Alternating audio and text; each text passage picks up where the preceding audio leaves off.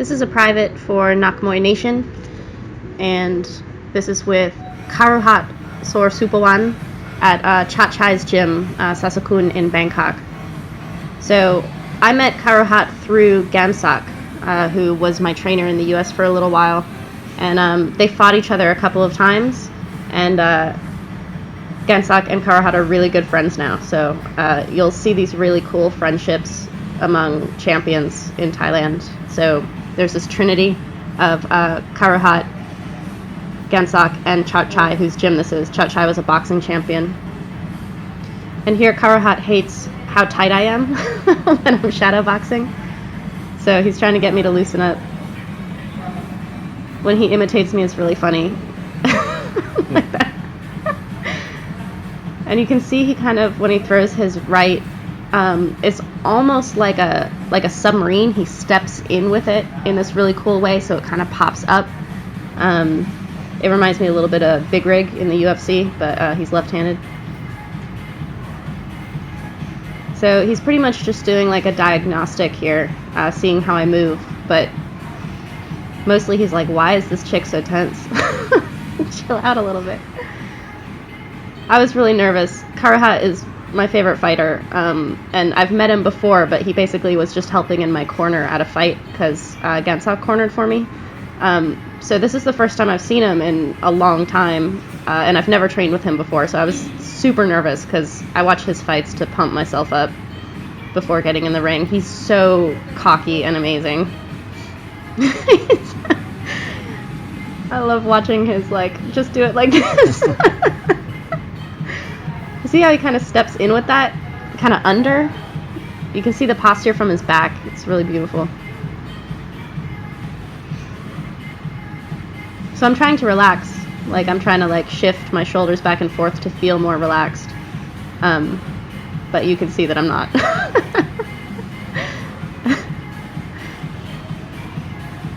And then he wanted my knees to be much longer.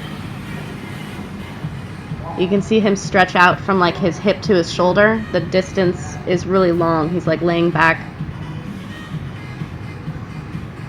His name Karuhat means a fortress. And when you watch him fight, the way he blocks, he's untouchable. He gets hit, but it almost doesn't matter. He just kind of, it feels impenetrable. Nothing gets through, even though it's tagging his block or whatever. His nickname is Yod-Xian, which is peak top wizard, the ultimate wizard, but they're talking about his skill. He just has this kind of incredible, skillful, magical quality. He's super aggressive, but definitely a female fighter in terms of his how many different weapons and his skills that he uses. My lower back really hurt for some reason, so I was having a hard time with these knees, but I was trying to be a badass and tough through it. That's Chat Chai on his phone there, on the left, boxing champion.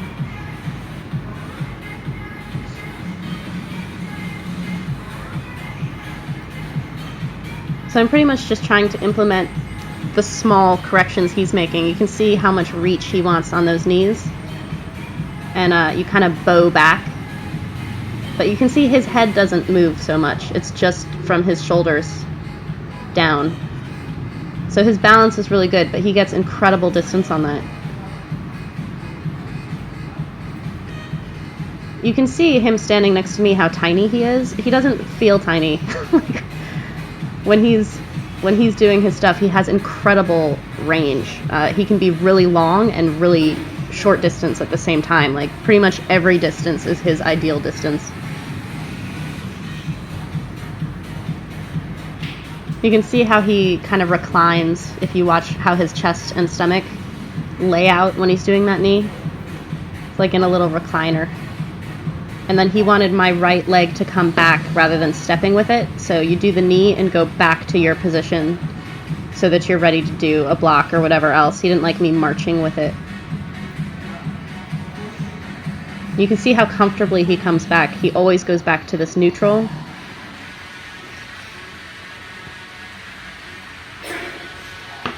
My back hurts, so I'm kind of falling back onto it. I'm not so comfortable there, but I worked on it after this.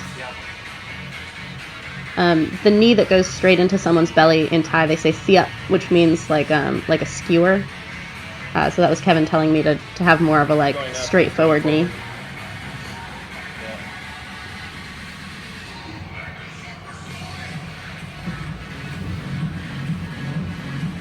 So there, I'm bringing it back a little bit. My balance just isn't as incredible as his is. Karuhat is really amazing at off-balancing his opponents. He moves just the slightest bit out of the way, and it makes you feel like you just can't. It's like you're trying to climb up a sand hill or something.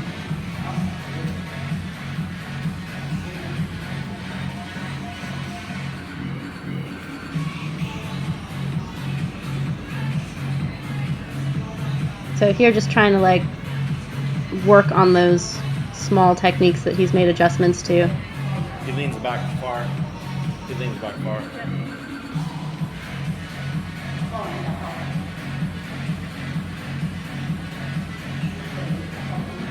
So I'm trying to relax my right cross the way that he was talking about before. His kind of pops out of his shoulder and his elbow comes up from his ribs. His technique and Chai's technique are similar enough that you can do each other's technique and they'll be okay with it, but there are slight differences as well. I feel like Karuhat's right cross is way more snappy and relaxed. So he brought me into the ring and he was like, I kind of don't want to hold pads, so we're just going to do technique sparring. And so this is me trying to stone face my way through geeking out at the fact that I'm about to spar with Karuhat.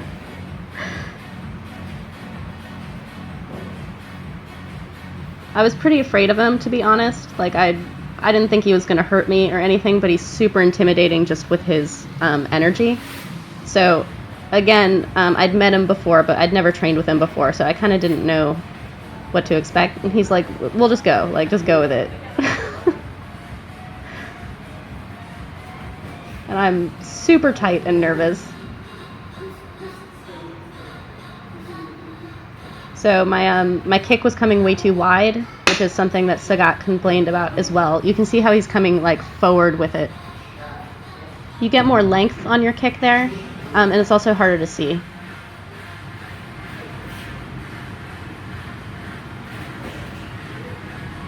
So here I'm just trying to tag him, and he's basically just like using his footwork in distance to make that difficult. He's not even really hitting me back, but I'm still scared of him.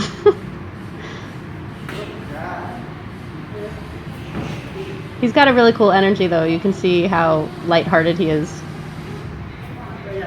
He was like that after he would elbow someone and open them up too. He like gives this huge smile and like points it out. It's one of my favorite things.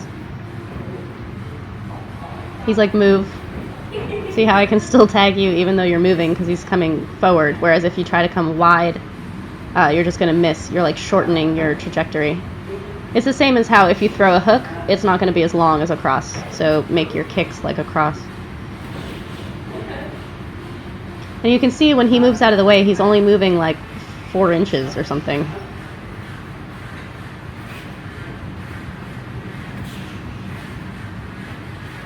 And you can see how balanced he is. If you watch his feet, he moves them very symmetrically. He's always on balance to move in any direction he wants to.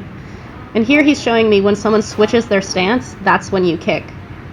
So when he brings his foot back because he's switching stance to kick or to back up, you just tag him because he just made himself open. It's brilliant. I've never seen someone explain that before.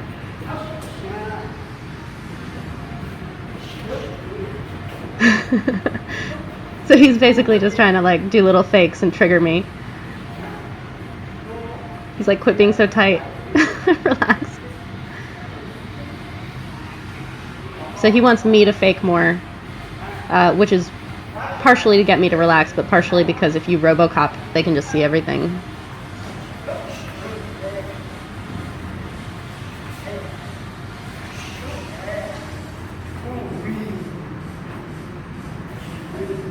So he does this a lot in his fights. He just moves barely out of the way. So people end up chasing him a lot. he's like a backwards fighter who doesn't actually go backwards very much. Like he's very forward fighter, but evasive within a very small space, which Sanchai is really good at as well. And he's good at throws. So this is when someone knees you. You just kind of go outside their leg and pull them down. And you can't see it in watching it as much, but when you feel it, you can feel how little energy he's expending to do that. He just like barely pulls. And I never would have known it. You just do a little bit. I never would have known it watching his fights. But he really likes to do this very gentle pull on almost everything he catches. And here he's saying, keep your head in. You don't want to stand up too straight.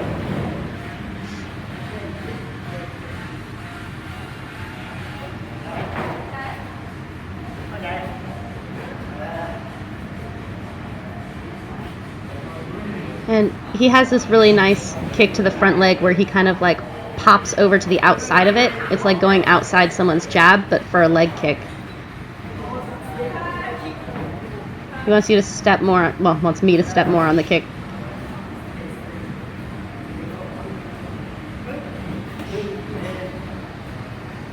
He didn't say it in this session, but later the way he phrased it is be sure. He's like, be sure of your strike. So that's like really committing to it, and you're like, I am going to hit you with this. And it keeps you from reaching. I'm kind of reaching on a lot of this stuff.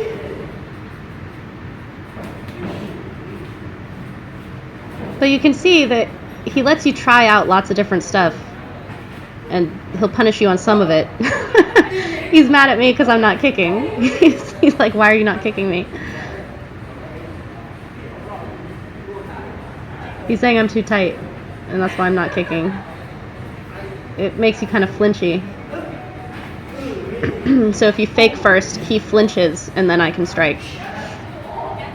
It's actually, as a counter striker, which he is, you force them to flinch as their initial move instead of striking as their initial move, and then you counter it. So you create the opportunity for the counter. It's amazing. He taught me this teep. You step over to the side and then right teep. It kind of hides the teep because you're doing this step, so people think you're getting out of the way or something. See how he moves over and then turns sideways? So you step left and then teep kind of to the side. Not what I'm doing. But he says you do it after already backing up one step, pretty much. Like that. Boom. So one step and then one step. So one step back, one step over. It's like a waltz.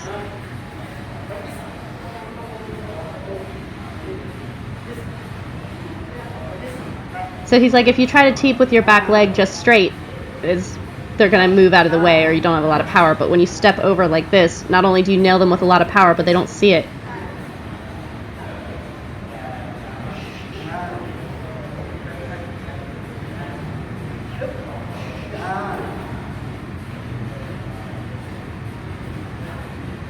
You can see, if you watch his feet, you can see his footwork in creating just the right space that he wants. It's beautiful.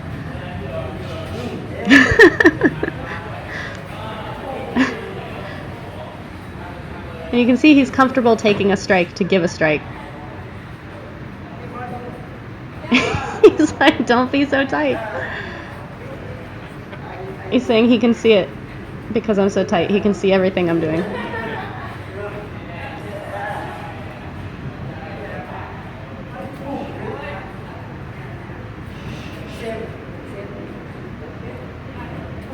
So you can see how he comes out of his relaxed movement with that kick.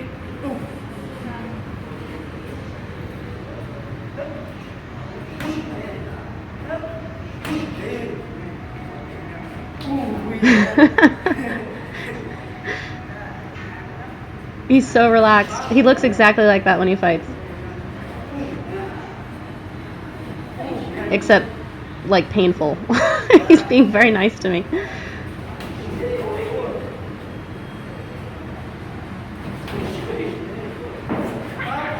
That's that going outside the jab for the leg kick.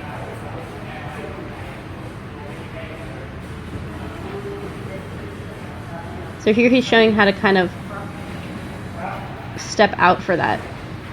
You can see he initiates a lot of stuff by going backwards first, so people are going to start chasing.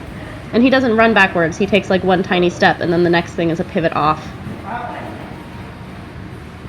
Those hurt, actually, even though they're really, really light. They've got a good like stiffness on them. I had a bruise on my leg after that.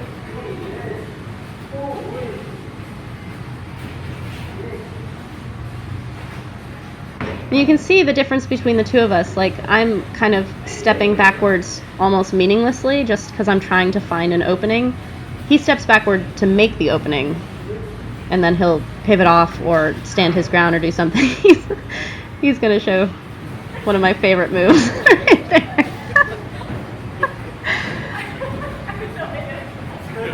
You have to slow that down and look at where he puts his hip, and he just pulls my leg just a little bit, and then even if they don't go all the way down and they're in the ropes, you can throw that knee on top. It's so slick. So you see, you catch it, and then you pull it just to the outside of your own leg, and then you kind of do a hook to pull around. And you can see how close he keeps his hip. Kevin and I call this the milady dip because it's like, it's almost chivalrous, this little like swoop. See, I'm stepping in too much. He actually pulls the person into him. See, he moves like 4 inches and then just pulls you over it, but you do this little like rotation.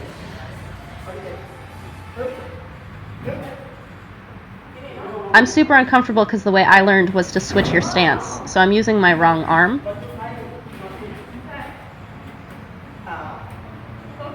He's like, it's like a hook, and I'm using my wrong arm, so now I understand that it's like a hook, but I need to rotate my body more.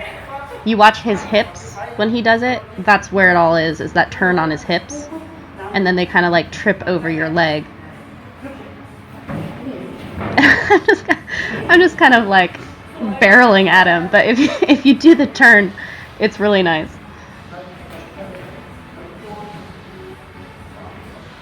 So he's saying put your hips forward as you come in, and that's actually going to subconsciously invite the teep. See how I put my ass back when I caught the teep? That's the opposite of what he does. He kind of like slips in with his hips forward.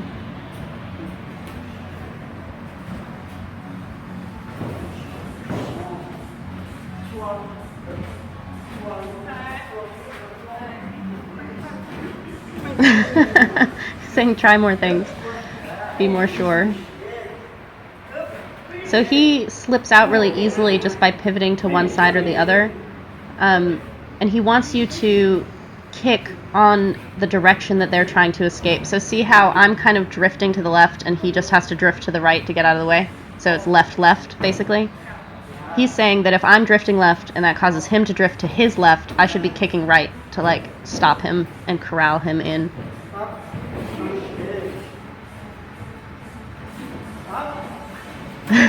So he switched stance, so he's saying that's when I should right kick. This is something that you'll see a lot of trainers teach you, is to get out of the way when you're catching the kick so you don't take the full impact of it. But he steps so far that he ends up kind of pulling your leg with him. It's very unsettling.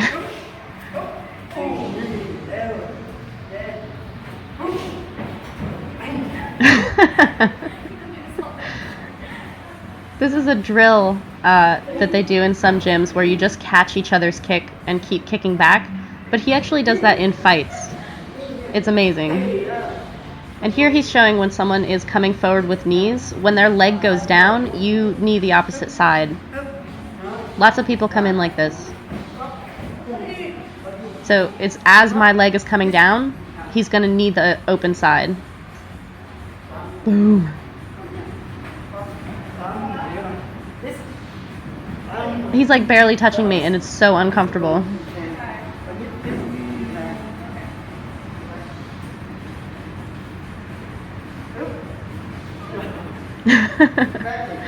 So he wants my leg to go back so that I have power on it.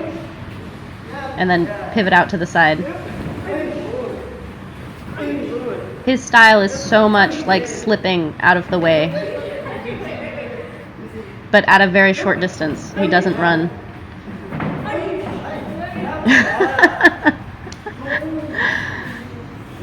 He's so confused as to why I don't punish him after I've gotten him in the ropes or like slipped to the side. There. He wants something at the end there.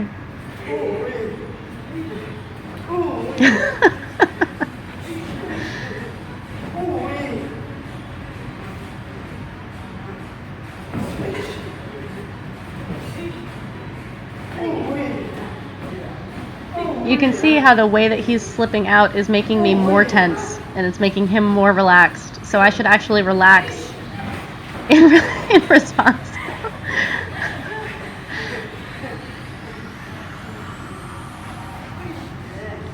One of my favorite fights with him is against Lam Namun. You can look that one up. And you can see just the way that he uses tension in his opponent to initiate a lot of his moves.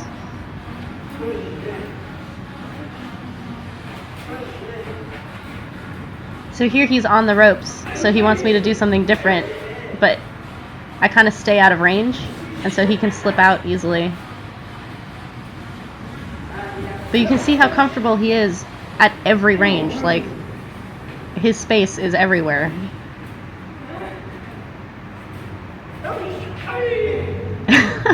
I'm like so happy to get one thing in on him.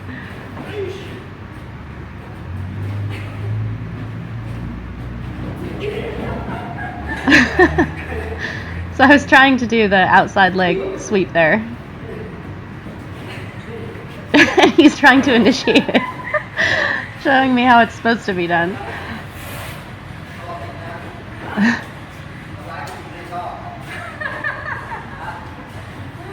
This is Chart Chai running over because I was laughing so much. He had to come over and see what was happening.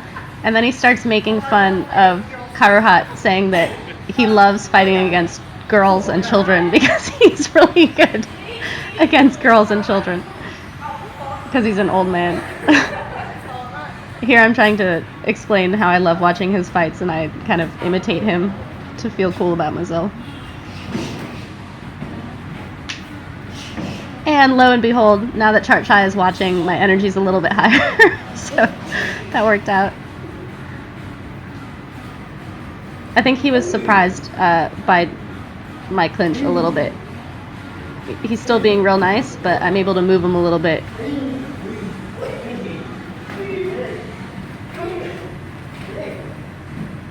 He reminds me a little bit of Yodkun Pon, who's similar size and similar age, and they just eat up this space. They like take up that last centimeter where you feel comfortable, and they just walk through it. It makes you really uncomfortable, which is brilliant. You should totally do that in fights. I got stuck.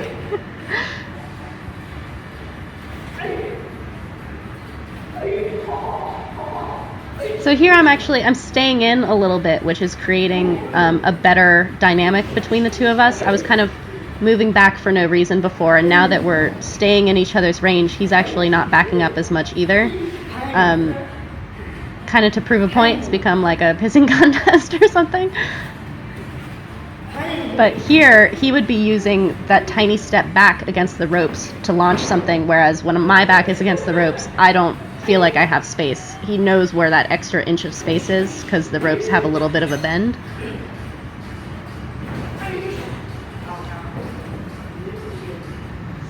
So again, my kick is starting to come wide, which is why I'm missing him.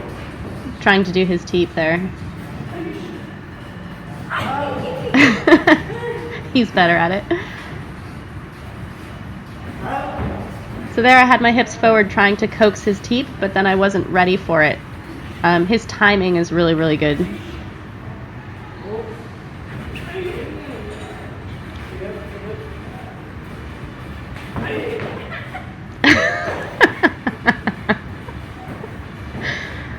He's such a badass when he does it. And you can see how easily he does it. Like, it requires very little energy. It's just placement and timing.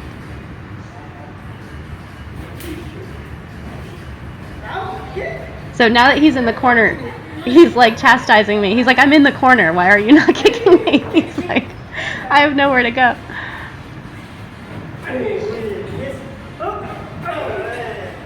It's amazing that in sparring with him nonstop, he's teaching me so much. Like, it's in space and in movement that he's teaching me stuff.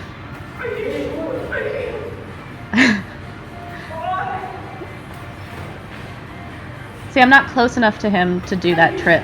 He stays really close when he does his turns.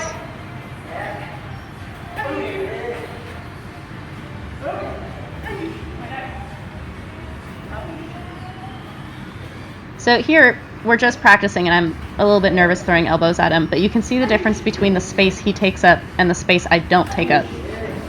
There, I finally clipped him a little bit. But elbows, you have to cover a lot of distance, or you have to throw them when you're really close. The way he does it is he manipulates the arms and throws you off balance with like a tiny parry, and then you kind of fall into his elbows. So he doesn't have to step forward so much, you kind of fall into them.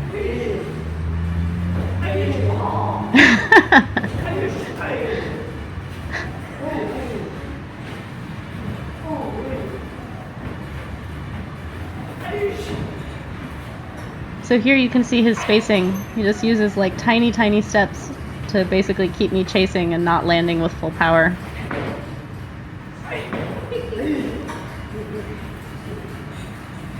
He has a really brilliant lock. He like creates a frame with his arms, and you can't really get out of it. He'll show it later. See that? How he like pulled my arm to the side for his elbow? He's like, teed me.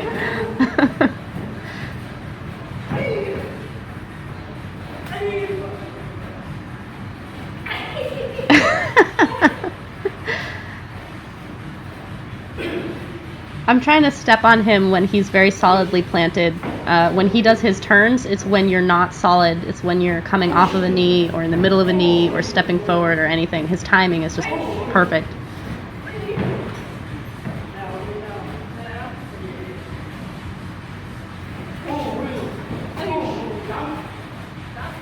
So when you catch that kick, he wants a slight pull or lift, and then you throw it. So you off balance them first and then throw it. And when I was throwing the kick after the catch, he wanted me to become more airborne, because kicking off of a caught kick, you're not going to get a great deal of power, but you want to really dramatize the kick.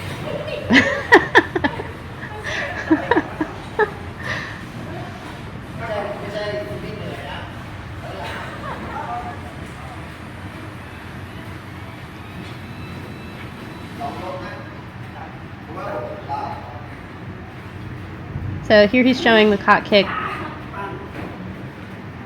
He does this tiny little pull that just off balances you. You can see I'm like pulling backwards, like all strained. He basically moves with the kick.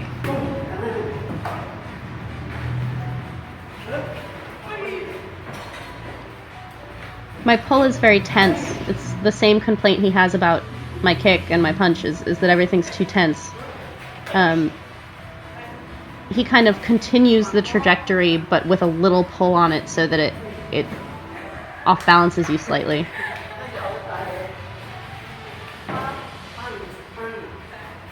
See how relaxed he is when he does it in shadow? That's exactly how he does it when he actually grabs you.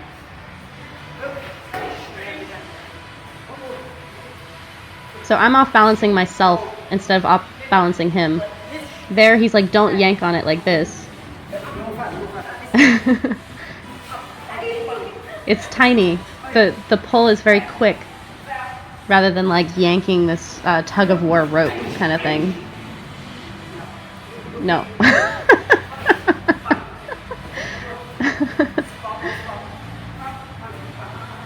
He's saying I'm stopping to pull. He's like, don't stop. You continue in the same trajectory of the kick. No. It pull and then punch. It's like you rubber band.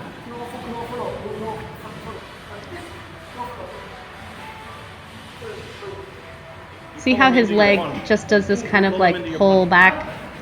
He's like, you don't take a full step. It's just a little like drift back almost. No back. You just go to the side.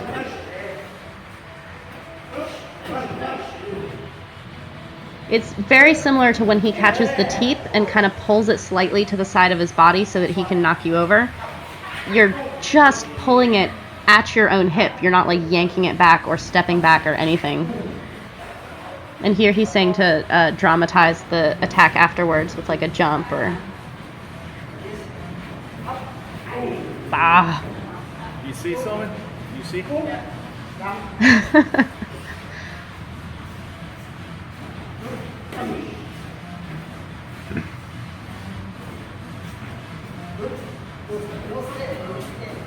See, I'm doing that like tug-of-war yank on it. He just gently pulls it.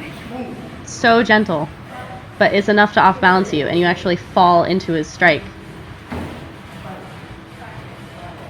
And you can see in my body language how horrifying it is, even though he's going so gentle.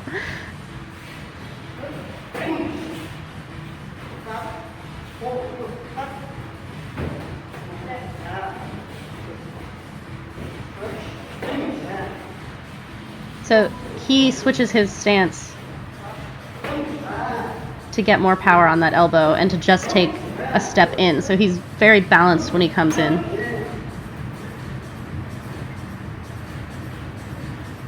So here he's trying to get me to relax and I'm actually stiffening up in response to him.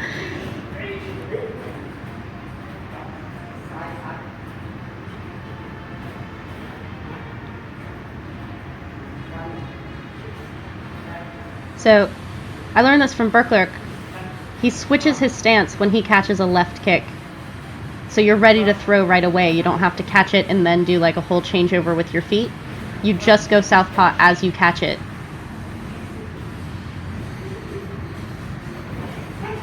And he takes a very small step. Well, big step, but it's to the side.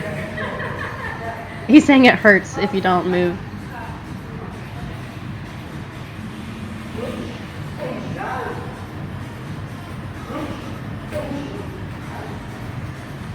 Look at the spacing on his feet when he does that change. It's very symmetrical. It's beautiful.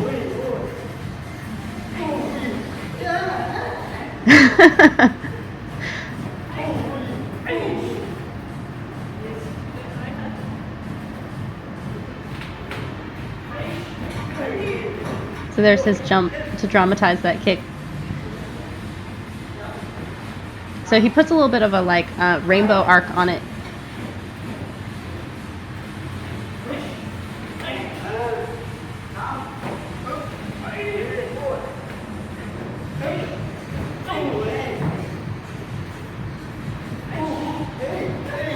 So he told me you don't have to hurry. Like you have like 1 or 2 beats between stuff that you can pause before throwing your strike. So you don't need to like grab it and fall into the strike. It needs to be deliberate. No. Take a step.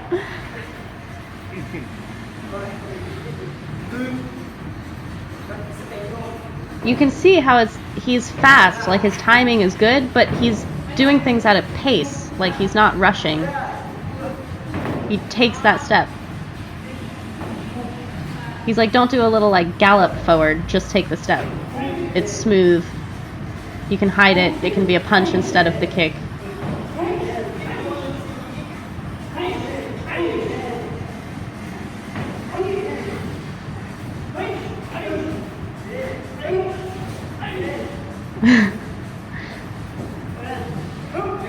So if I were better at off-balancing him the way he's good at off-balancing people, it would be harder for him to move just out of the way when I'm trying to throw my strike.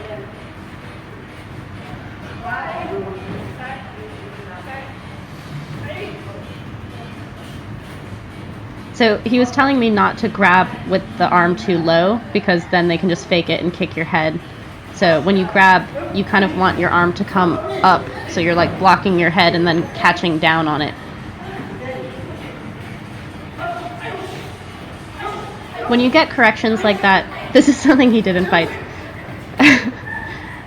He says you pull up on the last one. When you get corrections from these legends like that about like being careful how you catch the kick, it's basically because they saw a tendency you have and they're like, I would have just knocked you out with a head kick, and so they make that correction on that one. It's not generally a like, this is how you catch it the only way every time.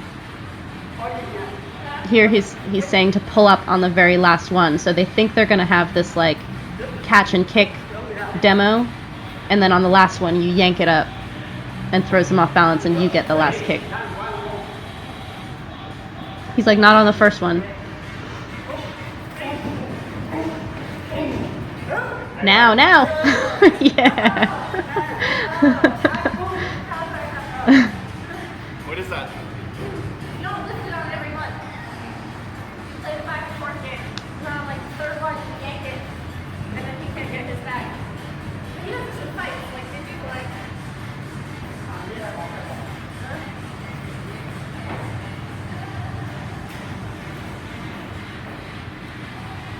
I love the way he struts around. It's like one of my favorite things is how he just walks around. So here he's going to show me some elbows from clinch distance. So he pulls my arm down, and then you slide back on it and elbow. So my arm is on the inside. I kind of like peel down from the elbow, and then you elbow. You can see how he scrunches his shoulder so that I can't grab him. That's such a like clinch 101, but a lot of people forget to do it in the context of actually clinching.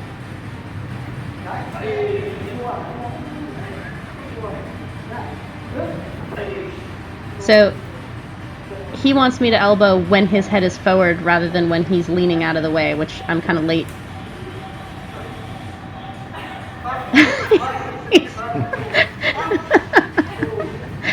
He's like, don't catfight.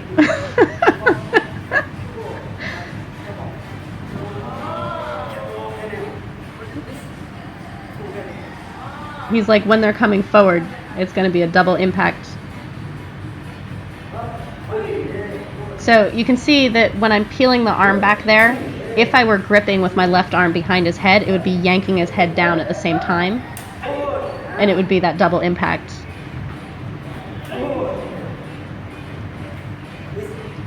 You can see, even in the way that he grabs, how structured he is. He's totally ready for the movement to go into an elbow. Like, he's not a we're going to hang out in the clinch all the time kind of fighter. He's a like, we're going to clinch for a minute until I can knock your arm out of the way and elbow you in the face. So I actually threw this one in a fight after training with him. It was awesome. So you're clinching and you don't have a great position, so you put your elbow inside their elbow. So like my wrist is on the inside of his elbow, and then you can elbow up. And he's saying pull the head down as well. See, his left hand is pulling it down, and then you step in with the right.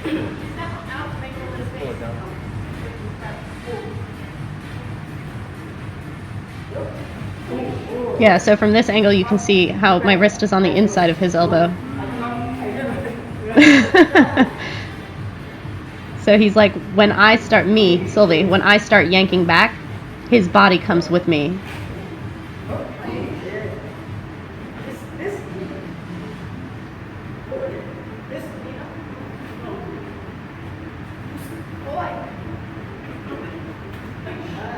So see how his hand is on my shoulder? So I'm stuck. It's like a beam. So I have to move that arm out of the way. Here he's like, I take a small step back and then just nail you. So here I'm trying to elbow kind of out of no space at all. Like I'm taking this big long step, whereas he pulls first to shorten that distance.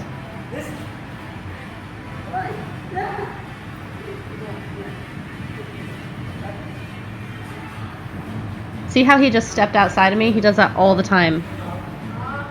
So the way I'm going, he steps to the side and then throws his elbow. See how he just leans his body back? That causes me to like fall forward.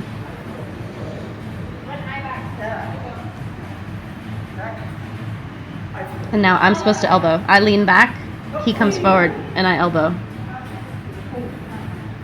Look at his feet don't move. It's just his upper body bends backwards, and then he just like springs back. It's like those Cobra bags or something.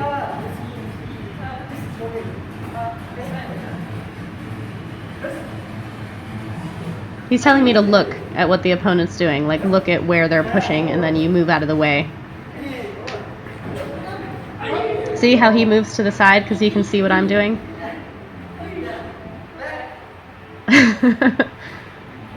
See, pushing? He's pushing. So I just take a tiny step back, and because of the pressure, my pressure disappears, he falls forward.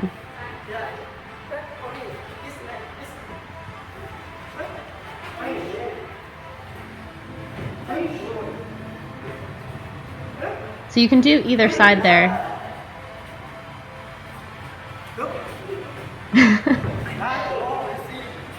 I chose the wrong side.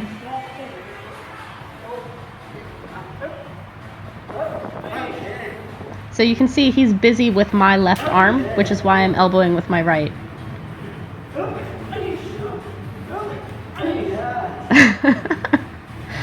He's so awesome to let me throw elbows at him like that.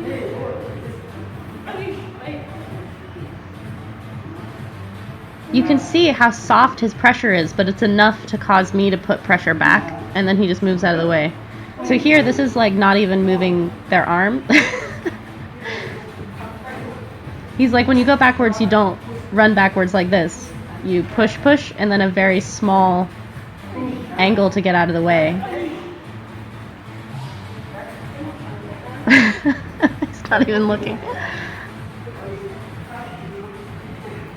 So he's just bending my arms out of the way.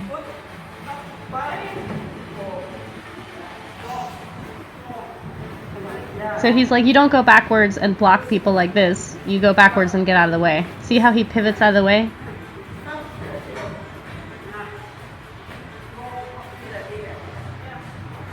He's pushing back, but he's very relaxed. It's not tense.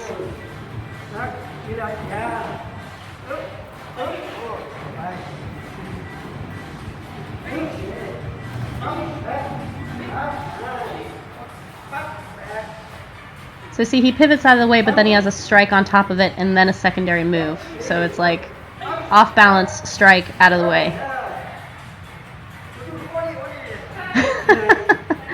Not like that. It makes you tired, he says.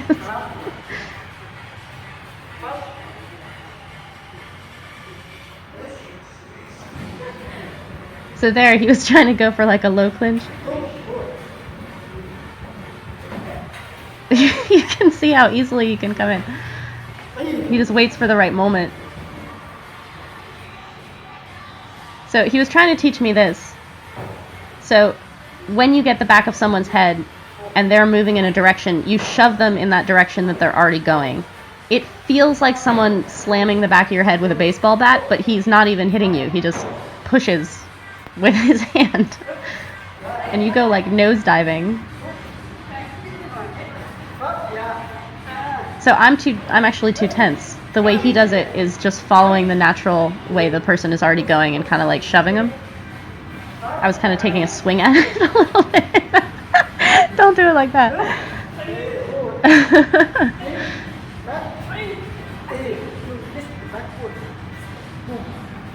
So he's like, you switch your step to go back, and then you get power, and then get out of the way.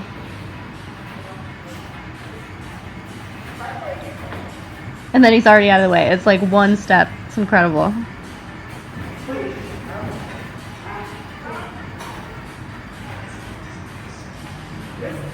And he gets out of the way in like 6 inches, so he can still strike on the other side. He does not like run way out of the way.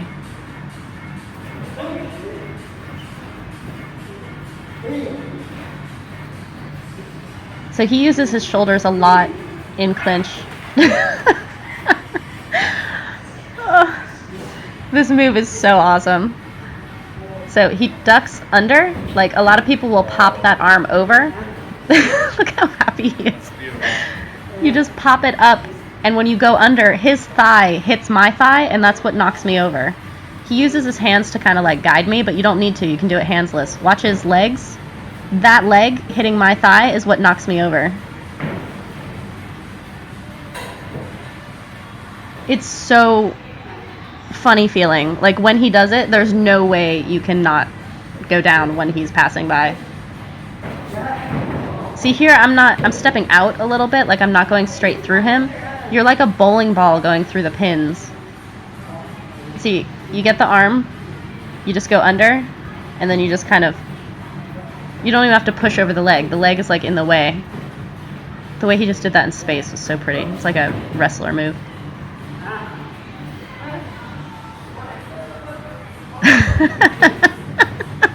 Oh, when he imitates my tension, it's the funniest thing in the world. There. So see, I didn't even go under him there, and it worked a little bit. I can do this on Pinu, who's like 70 kilos. This is an awesome, awesome move. But you have to do it upon initiating clinch, because that arm that you're trying to go under tenses up really fast. But when you're first coming in, or if they're trying to swim, that arm's going to be open.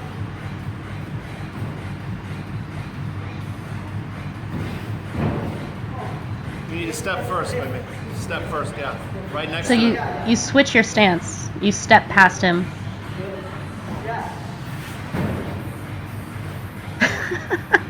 He is so nice to let me throw him over and over and over again. Oh, look how he does it in space. It's so pretty. So he steps with his other leg to switch stance, and it's like he's walking. I kind of go to the side a little bit, which is why I'm messing it up, but he just goes straight through. A little bit like that. That creates the turn. But it's your thigh hitting their thigh that really knocks them over. See how close he stays to me when he dips under? Like that. Yeah.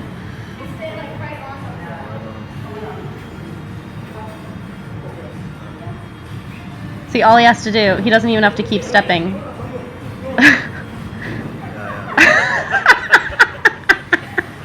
Not like that. See your head comes up right behind their shoulder.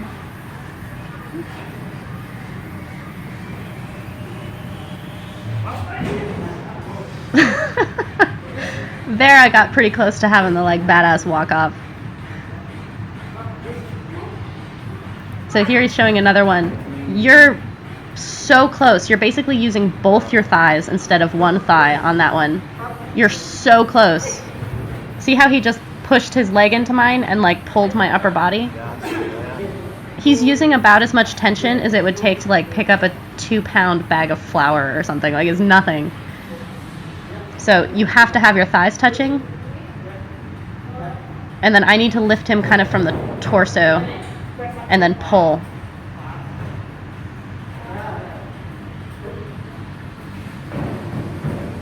So he didn't go down there because our thighs weren't touching. I'm not closing that space. See how I kind of go over his leg?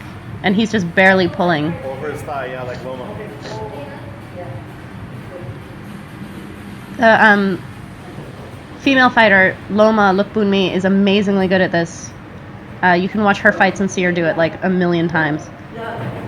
But see how delicate that was? It's just the touching of the thighs and then kind of turning the upper body. You're not even pulling it.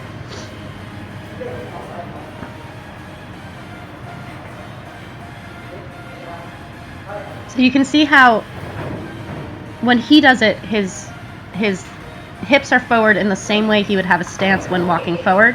I'm kind of creating this like wide squatty stance that you don't need to do.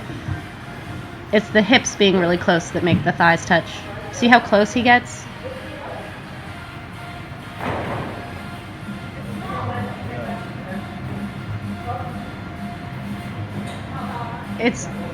Yeah, when he does it in space, you can see how that turn is.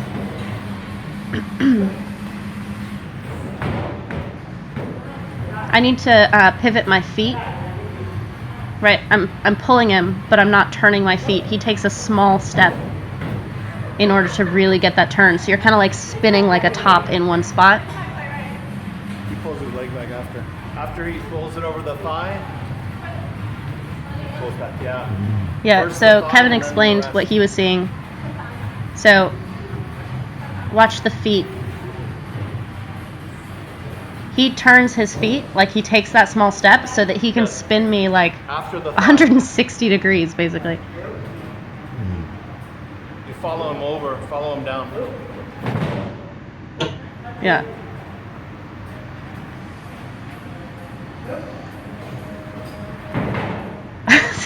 See how my arms are going out after him? That's because my butt is going back, like midway through the turn. He doesn't do that, which is why you spin like 10 feet or something. And he can keep his balance here because I'm Pivot. extending him out. It needs to stay really, really tight. And because I took the step there, that created the turn that was necessary to put him all the way down.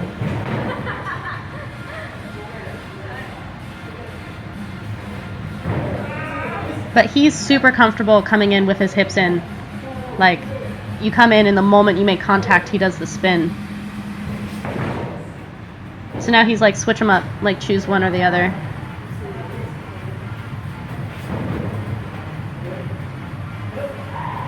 So both of these are upon the initiation of the clinch. These are not like deep in the clinch. It's when people are grabbing. There are times when you're clinching where you're changing grip that you can do this, but you don't do this out of a lock. He's like, enough throwing.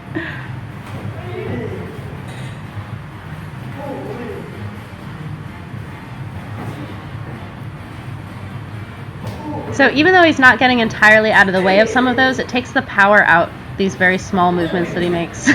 He just walks through me.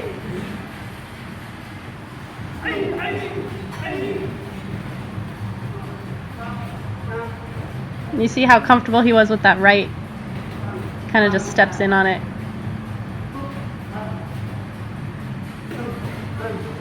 My butt goes back when I'm throwing my right cross. He steps in. His whole body steps in with it. It's kind of stabby.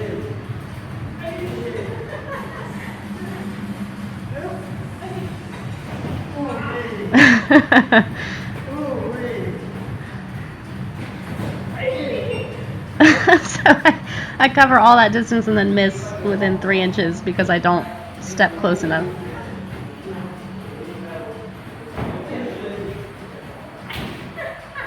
So here he's showing how you get them to bring their knee up in defense, and then you step to the outside of it for the turn and knock down. Because he's not stepping super far behind me, this is not a hip throw.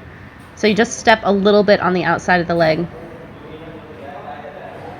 See how he's not even past my hip. He's just barely past my knee.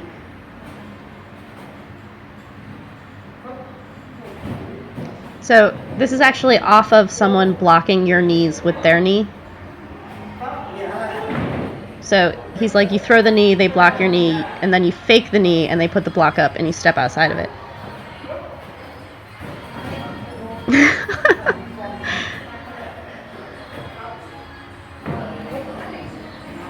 See how he did that little like hip pivot? It's like a little cha-cha or something. He didn't expect to fall down off of that one. I got lucky.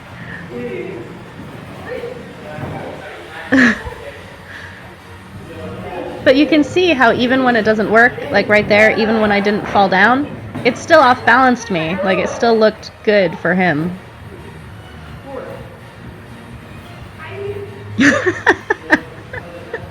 I think he could have done that, and he stopped. You can see how his hips are constantly moving to one side or the other where he could do his throws.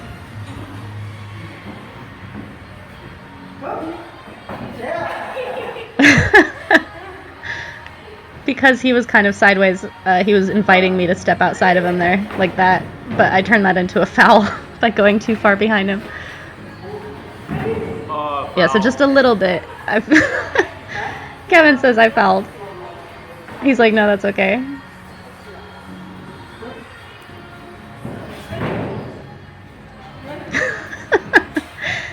His smile after that is so awesome.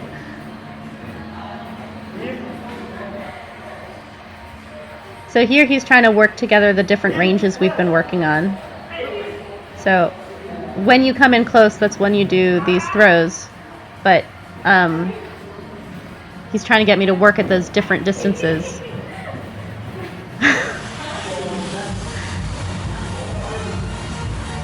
So here he's showing how you punch the body, then you fake the punch to the body and kick the head. Gansak does this also.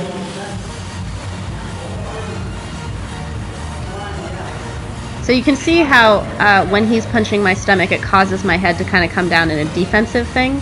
So when you fake it and then you kick the head, their head is already coming down. Here, there, he's showing it.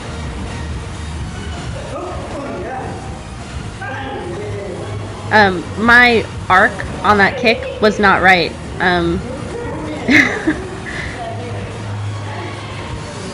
So you kind of have to do like a rainbow arc down on it. It's very high. Now we're both tired. Our teeps are becoming more a greater effort with less reward. So here he's showing the trajectory on that kick more. See how it comes kind of like up the side? I'm overturning on it and I actually just hit his shoulder all the time because I can't get the height. He's like he's getting on a horse or something. He's like, no. He's like 2 inches taller than me and I can't get his head because I'm not doing the right trajectory.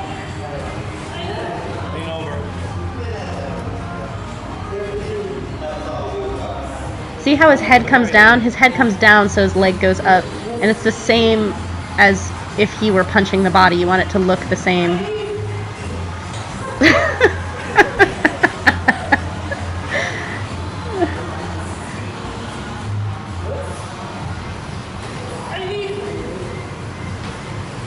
I think it's partially too that my foot, my standing leg is not in the right position. He steps way outside when he does it.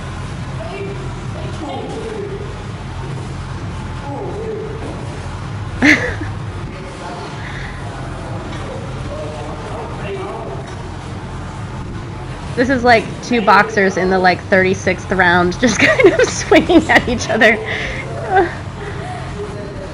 But you can see he still has all the angles and movement. Like, he doesn't have to have power. He's so relaxed. He can just keep going. There, he could have thrown me so easily and didn't.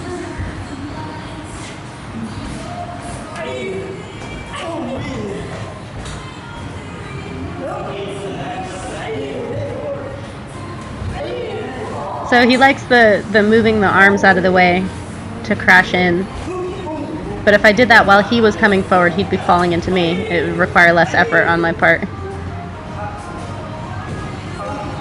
You can see how his head doesn't even go down on that one. He just kicks up.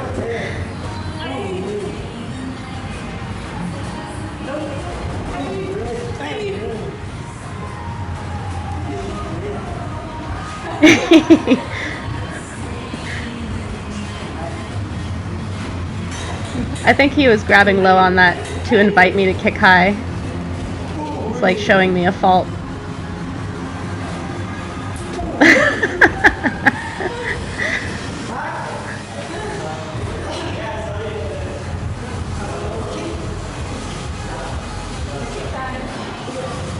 So here he's showing again how being relaxed, you can move out of the way.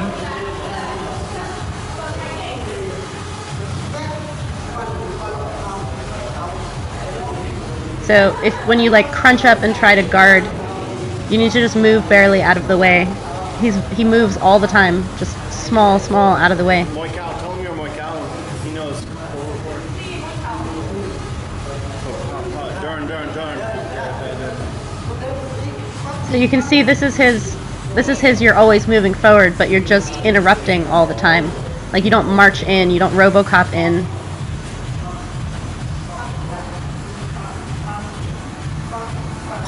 So see, he's showing how when someone is against the ropes, you throw these punches and then you see how they respond.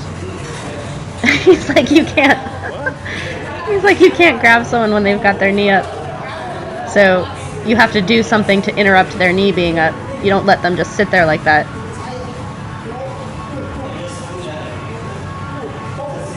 So see, he's moving in the clinch, like he's not just locking up. Like when someone locks up just in the 11 guard, their whole body is open. So he's saying that where you hit them is going to cause a response somewhere, and then it creates an opening. When someone gets really tight like that, that's when you can throw them. When someone's body gets really rigid, it's really easy to throw them. That's what he's feeling for. So here he's showing how if you go with where someone is throwing you, like if you follow, it's very hard to throw them. So he's relaxed, and he's just following where I'm trying to move him. He's like, follow, follow, follow. So if you're relaxed, you can go with the flow. It's like rolling with the punches. But if you're tight, that's how you throw someone. That's why when you go under someone's arm, they're all rigid because they're trying to grab you.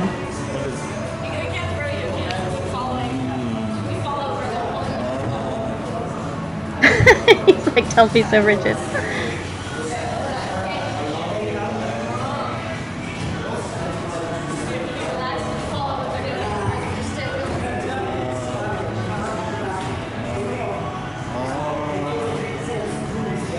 Oh, they go together. It's really good for him because he makes you so nervous that you're stiff all the time, and he just throws you all over the place. So when he's just tagging you everywhere and throwing you everywhere, the response should actually be to become more relaxed. Look how pretty and loose.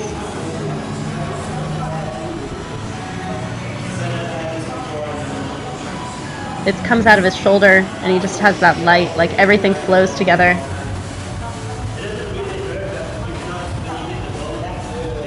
So he's showing how you come back to your stance. He hates how I like throw something on the right side and then end up in the wrong stance. He wants you to come back to neutral all the time. That's why he's able to move in any direction at any time, is he's very symmetrical.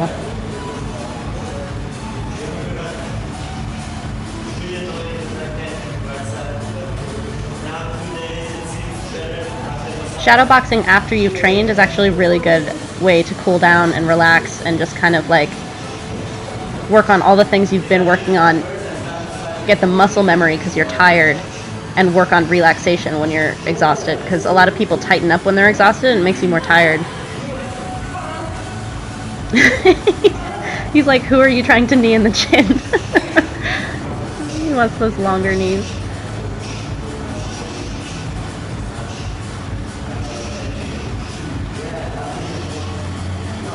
So you can see there's a little bit of a difference from my shadow boxing at the beginning versus at the end.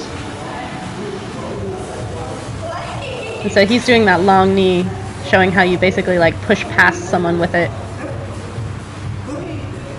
And then, see, I'm landing with my foot forward. He wants it to come back to neutral. There, back. Then kick. Yeah. When you land forward, you can't follow with anything.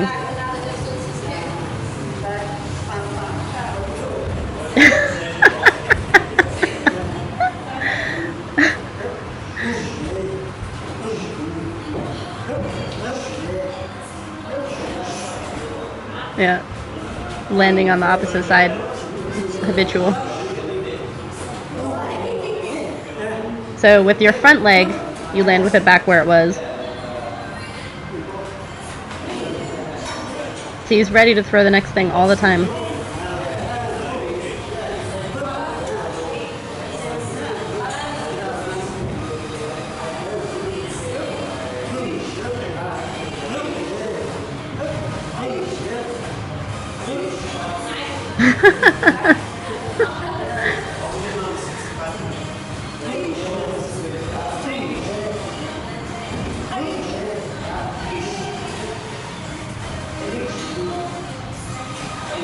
I think this is one of those things where if you train to be super symmetrical, like if you train landing forward with your right with something to do on the opposite side, it's about being prepared to do the next thing. For him, he always wants to be in his most neutral position to be able to move anywhere, which is why he comes back to that same spot. But it's what you train is what you're going to be strong in. And I can see how off balance I am when I land on the opposite side, and I just do it out of habit without meaning.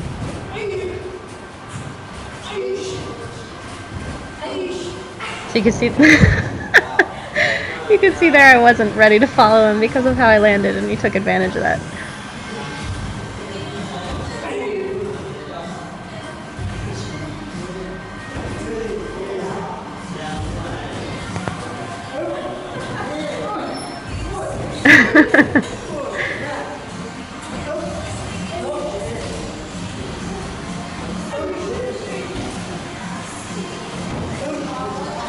So I actually need to make slightly smaller movements. Like I reach a lot, and that's why I'm off balance with my huge steps forward. You can see all his stuff is very small. Like it's just incremental movements right there as he's moving back.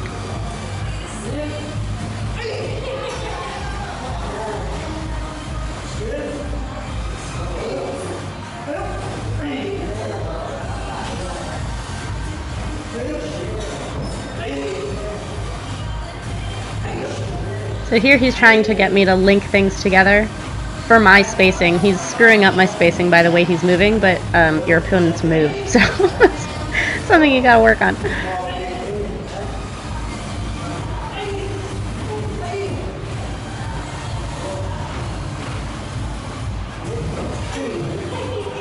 You can see I'm making myself fall over.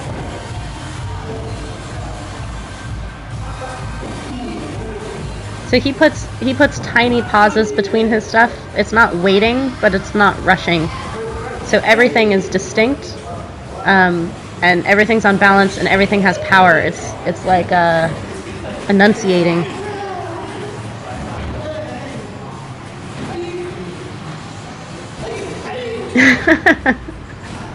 He's like, no, that kick sucks.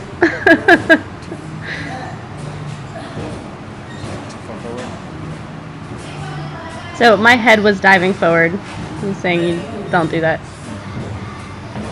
See how his head doesn't come down first? It goes low so that he can kick high, but he's not diving forward the way I do. That's old school. So he's saying go up on the toe more.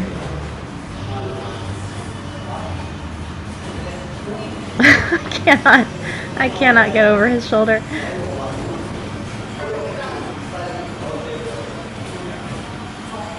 Look at how his knees bow out. The overall form, mine's not like that. I'm like kind of twisting sideways. His knees are pointed opposite directions from each other. He like bows his legs.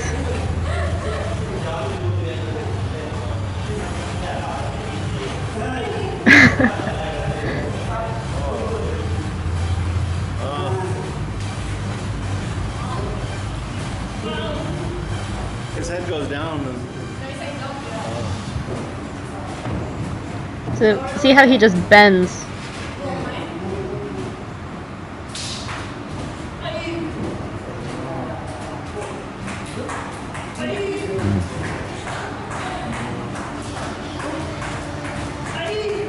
I'm trying.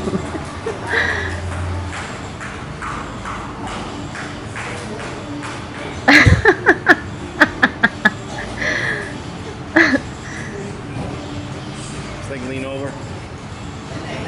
No. So he's saying use the rope to get your trajectory. So he holds onto the rope in order to get that super wide. And it doesn't come out first. It comes up and over. But look at his legs. It's like he's on a horse. That's a little bit better. It's like don't bend your knee. Make it high and wide. He keeps his leg in one position the entire time. Kind of more like that. It's a little better.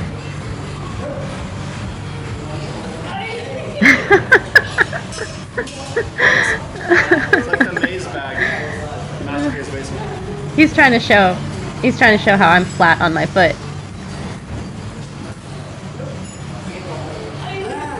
So I got a little bit more there.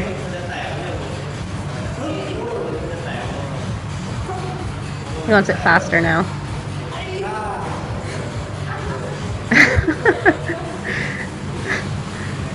So here's his lock that he was showing me. So he creates this frame and locks behind the head, but I cannot get my shoulders around his elbows. Like I can't tighten over him, and then I can't go under his arms to peel him off. Like his head is pushing into my jaw, which is crushing my neck back into his arm.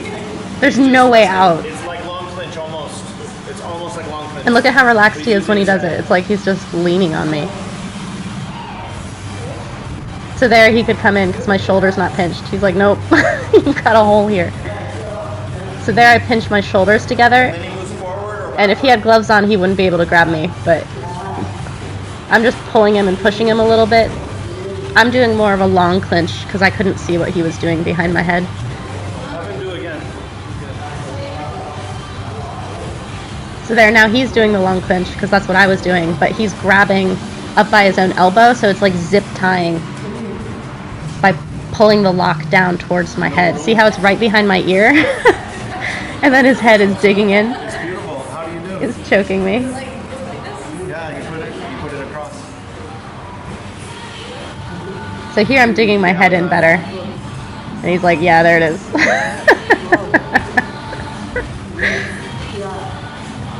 Yeah, so now he's having a hard time squeezing his hand in. So he's saying to pinch your shoulders up in order to get out. So I have a hard time with this when people are taller than me and everyone's taller than me. So see how he squishes his arm up, but really he's turning his shoulder in. He really, really swims his shoulders forward, and he's pushing his shoulder into my face to pop out.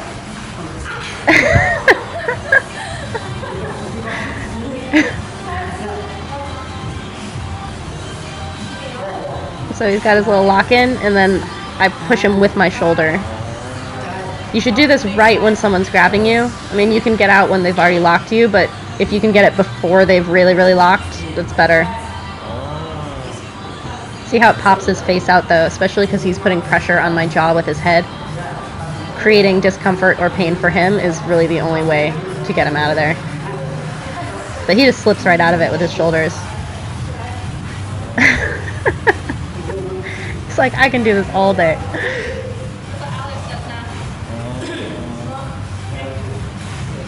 Very good. Slippery. So good. So good. It's like more than an hour of sparring with him. So here he's showing me the swimming with the shoulders. So he's not even gripping me that much, but he's showing how hard it is to get a grip when you roll your shoulders. Master K called it no neck. So you pull your shoulder up so that your neck is not exposed. Inside. But you have to not only pinch your shoulder but move it in the way he just did there. By slipping it forward, you can't grab it.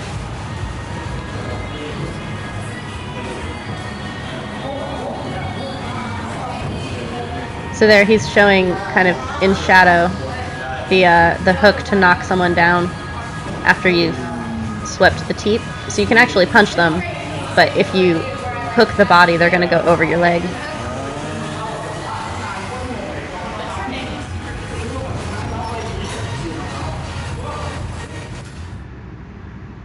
And that is the private with Karuhat. My favorite. He is amazing.